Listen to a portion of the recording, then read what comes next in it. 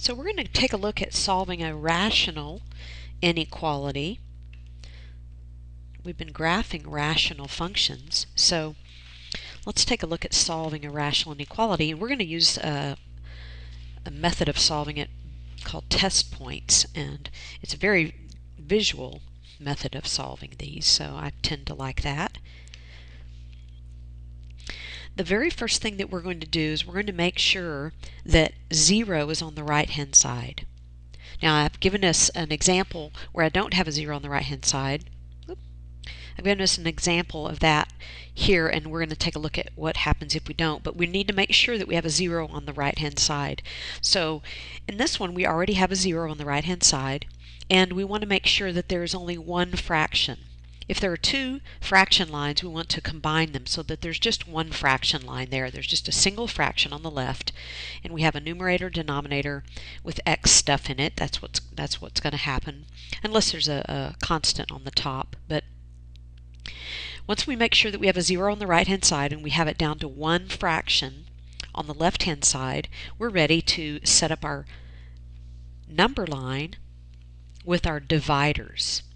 Now, hopefully the concept of this will be logical to you, but what we're going to do is we're going to find out where we have these dividers, where this thing would actually be 0.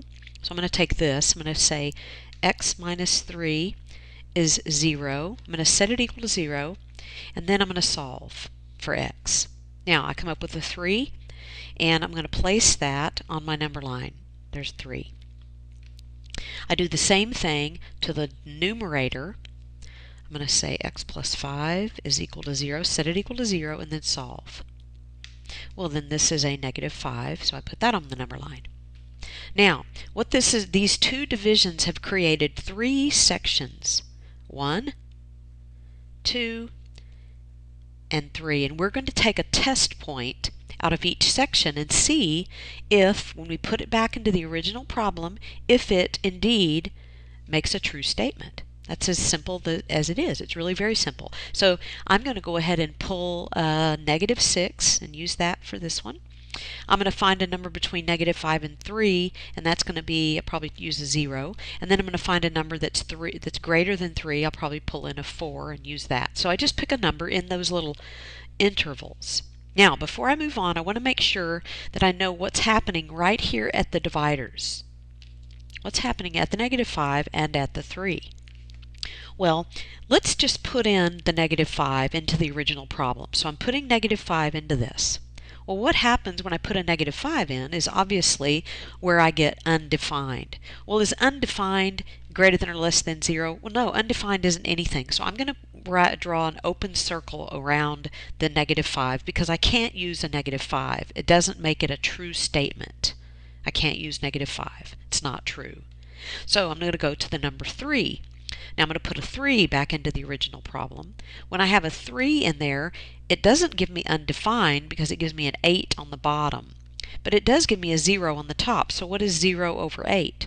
Well, that's the number 0. Well, is 0 less than or equal to 0? Yes, it is. So this means that 3 makes the statement true, so I color it in, showing that it's true. So 3 works, negative 5 doesn't. Now all I need to do is figure out what happens on either side of those numbers, and I'm finished.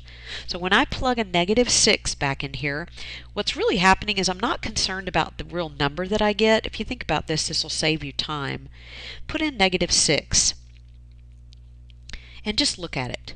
You don't even need the real number. You got a negative at the top, and look and see what kind of signs you get. You don't even need the actual calculation. You just need to know whether it's a negative or positive. Well, negative divided by negative is positive. And so is positive less than or equal to 0? Heavens no. So that section is not going to make this statement true. Okay? So let's go ahead and pick a 0. Put in a 0. And then we have a negative on top and a positive on the bottom. Well, negative divided by positive is negative. And so guess what? A negative is less than or equal to 0. I ask myself, is it less than or equal to 0? Yeah, negative is less than or equal to 0. So I'm going to color in this section. This section is part of my solution set. Okay, let's go ahead and finish up with the other side of 3, which is putting in a 4. 4 minus 3, notice I'm putting it in the original problem, and I'm checking to make sure it's true. So is it true? So I have a positive at the top and I have a positive at the bottom. Positive divided by positive is definitely not less than or equal to 0, so it's not true. So here's my answer, -5 to 3, not including -5, but including 3.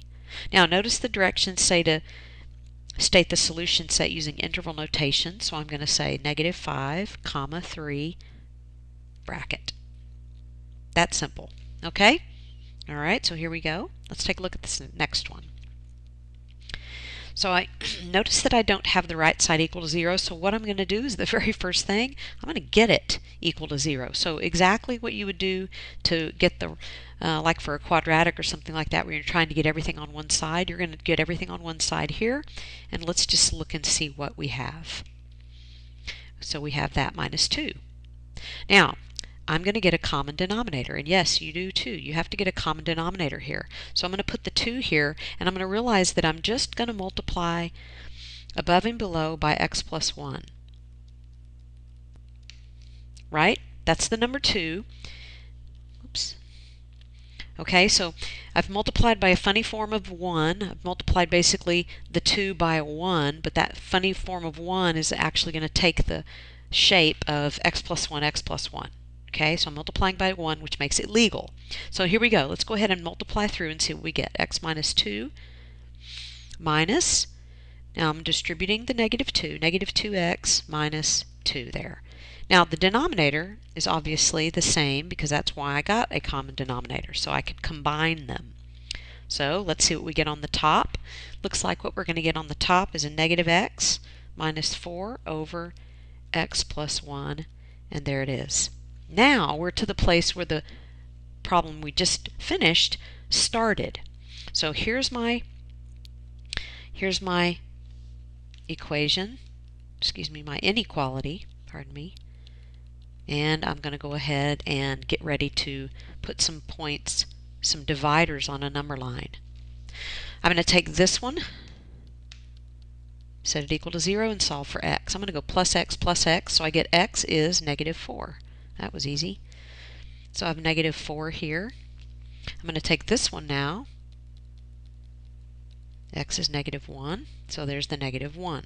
I do put them in the right order, right? This really is a number line. This down here is a number line, so I need to make it look like a number line. So I'm going to go ahead and check my -4. If I put in -4 right into here, -4, that's negative, which makes it a +4. That gives me 0. Is 0 less than 0? No. So that's not a true statement, so I'm going to leave that an open circle. I can't include the -4. What if I put a -1 in right here? -1 goes in both places, right? Now, the -4 did go down here too just a second ago, but I didn't care about the bottom. Okay, so now I'm going to put in a -1 in that. So that's what it looks like there, and then a -1 plus 1. That's going to give me undefined, and so this -1 doesn't work to make it a true inequality. All right, so let's go ahead and put in some test points. I'm going to probably pick a -5 for this section. I'm going to pick, I guess, a -2 for that section. And anytime you can use 0, by all means, use 0. Here we go. Let me write my equation again. I have -x minus 4 over, my inequality. I keep doing that. I guess I should copy that properly. Here we go. So now I'm going to put in a -5 there. If I put in a -5 right there, that's going to be a +5 minus 4. It's going to be a positive over a negative. I'm going to have a positive over a negative. Is that less than 0? Indeed it is. So I'm going to color in this section here. Now don't forget this arrow needs to be solid, so that's how they show that. So there's that. Okay, so now I'm going to try this with the -2 in there. So I put a -2 in there. That's going to be a +2 minus 4, but that's still going to give me a negative over a negative. So I got a negative this time over a negative, and that's going to give me a positive, right? And so is a positive less than 0? Heavens no. So I cross through that, meaning I'm not going to color it. And then the last one, I'm going to put in a 0. Put in a 0 right there, right? That's going to give me a negative 4 over 0 plus 1 is 1. That's going to give me a negative divided by that. That's less than 0, true. So I'm going to go ahead and color this in.